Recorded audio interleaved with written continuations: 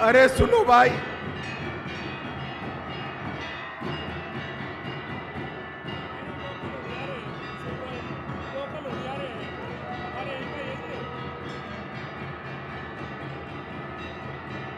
अरे बंद करो भाई।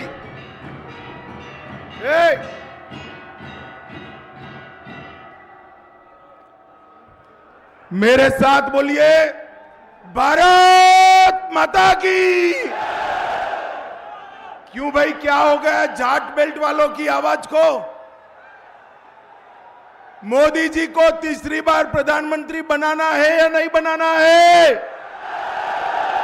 400 पार करनी है या नहीं करनी है? 14 की 14 सीटों पर सपा का सुपड़ा साफ करना है या नहीं करना है? तो ऐसी आवाज नहीं चलेगी। आवाज मेरी बैठ गई है, आपकी कहां बैठी है? मेरे साथ दोनों हाथ उठाइए, सभी लोग अंत तक उठाए हाथ। विजय के विश्वास की मुट्ठी बीचे और प्रचंड आवाज से बोलिए, भारत माता की, भारत माता की। आज भाई अब बार बार बाजा मत बजाओ, ज्यादा बोल नहीं पाएंगे, आवाज बैठ गई, थोड़ा कम बजाना। आज जाट बेल्ट में इतनी बड़ी संख्या में आए हुए भारतीय जनता पार्टी और लोकदल के सभी समर्थक भाइयों बहनों माताओं को प्रणाम कर कर मेरी बात की शुरुआत करता हूं। सबसे पहले मैं इस भूमि पर आया हूं जिस भूमि से चौधरी चरण सिंह ने किसानों के लिए, देश भर के किसानों के लिए अपनी आवाज बुलंद की थी। चौधरी चरण सिंह को स्मरणांजलि देकर मेरी बात की मैं शुरुआत करना चाहता हूं। यहां के महान स्वतंत्रता सेनानी सुंदरलाल जी, हरदयाल जी, बिशंबर लाल जी, शांति नारायण जी को भी याद कर कर मेरी बात की शुरुआत करना चाहता हूं। भाइयों और बहनों, ये जो चुनाव है, ये चुनाव मोदी जी को तीसरी बार प्रधानमंत्री बनाने का चुनाव है। मुझे बताओ, मोदी जी को हम तीसरी बार प्रधानमंत्री बनाना चाहते हैं या नहीं चाहते? जोर से बोलो, चाहते हैं या नहीं चाहते? मोदी जी ने गरीबों के उत्थान के लिए, किसानों के उत्थान के लिए ढेर सारे काम किए। मोदी जी ने गुड़ और गन्ने के इस क्षेत्र के अंदर गन्ने के लिए राष्ट्रीय नीति बनाकर ढेर सारे बदलाव किए।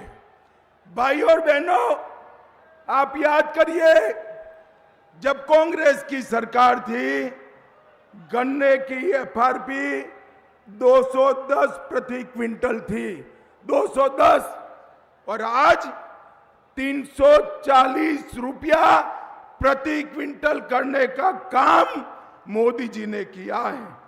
और भुगतान की जहां तक बात है, 95 से 17 में एवरेज भुगतान 23,000 करोड़ होता था, आज 2,50,000 करोड़ रुपया गन्ने का भुगतान करने का काम भारतीय जनता पार्टी की सरकार ने किया है।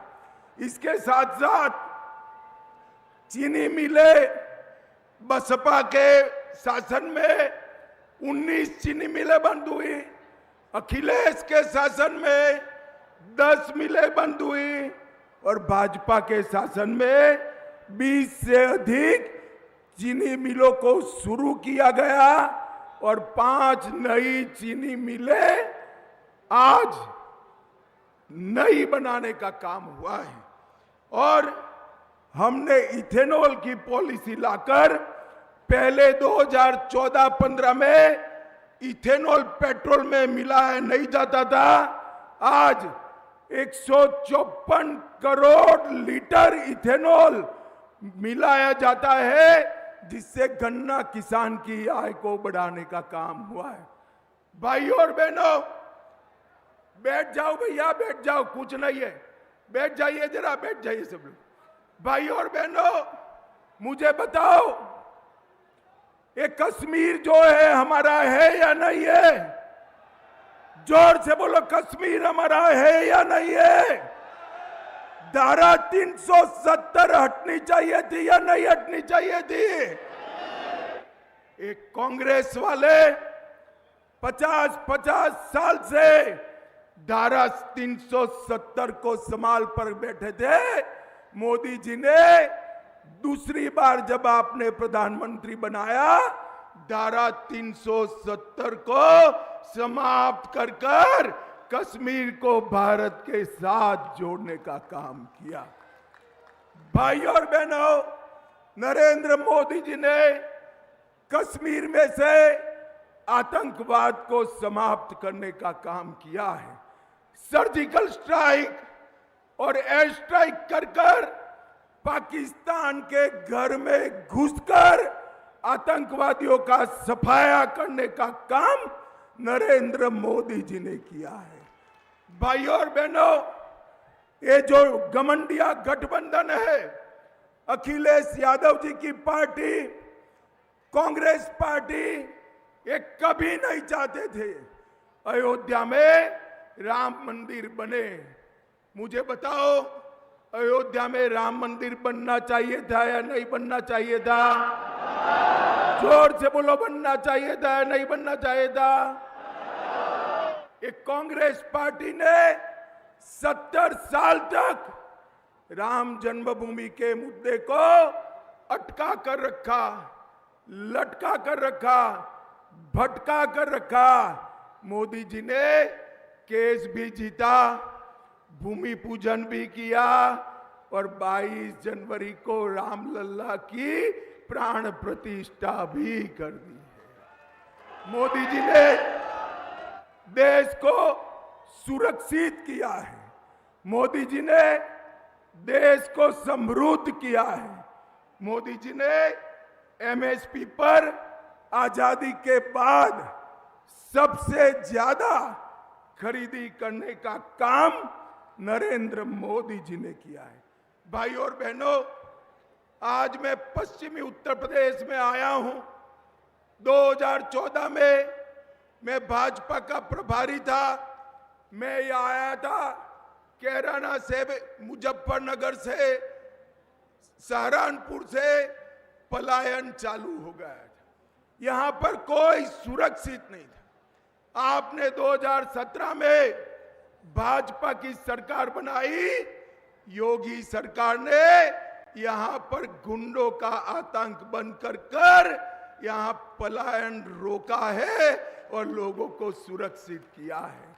और इसके साथ साथ अब निर्दोष नागरिकों की जगह अब उत्तर प्रदेश से गुंडे पलायन करने लगे हैं। इस प्रकार की स्थिति उत्तर प्रदेश में बनाने का काम भारतीय जनता पार्टी की योगी आदित्यनाथ की सरकार ने किया है। भाई और बहनों, ये चुनाव में जो घमंडिया गठबंधन इकट्ठा हुआ है, 12 लाख करोड़ के घपले, घोटाले, भ्रष्टाचार करने वाले लोग इकट्ठा हुए।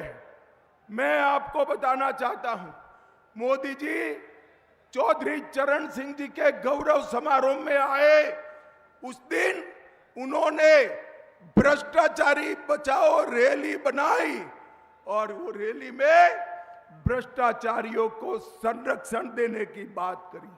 मैं आज इस मंच से समग्र उत्तर प्रदेश की जनता को कहना हूं, 2014 में मोदी जी ने कहा था, जिन्होंने भ्रष्टाचार करा है वो जेल में जाएंगे, और 2024 में भी कह रहे हैं, जिसने भ्रष्टाचार किया है वो जेल की सलाखों के पीछे चले जाएंगे। मुझे बताओ, जिन्होंने 12 लाख करोड़ रुपए का भ्रष्टाचार किया, उनको जेल में डालना चाहिए या नहीं डालना चाहिए? जोर से बोलो, डालना चाहिए या नहीं डालना चाहिए?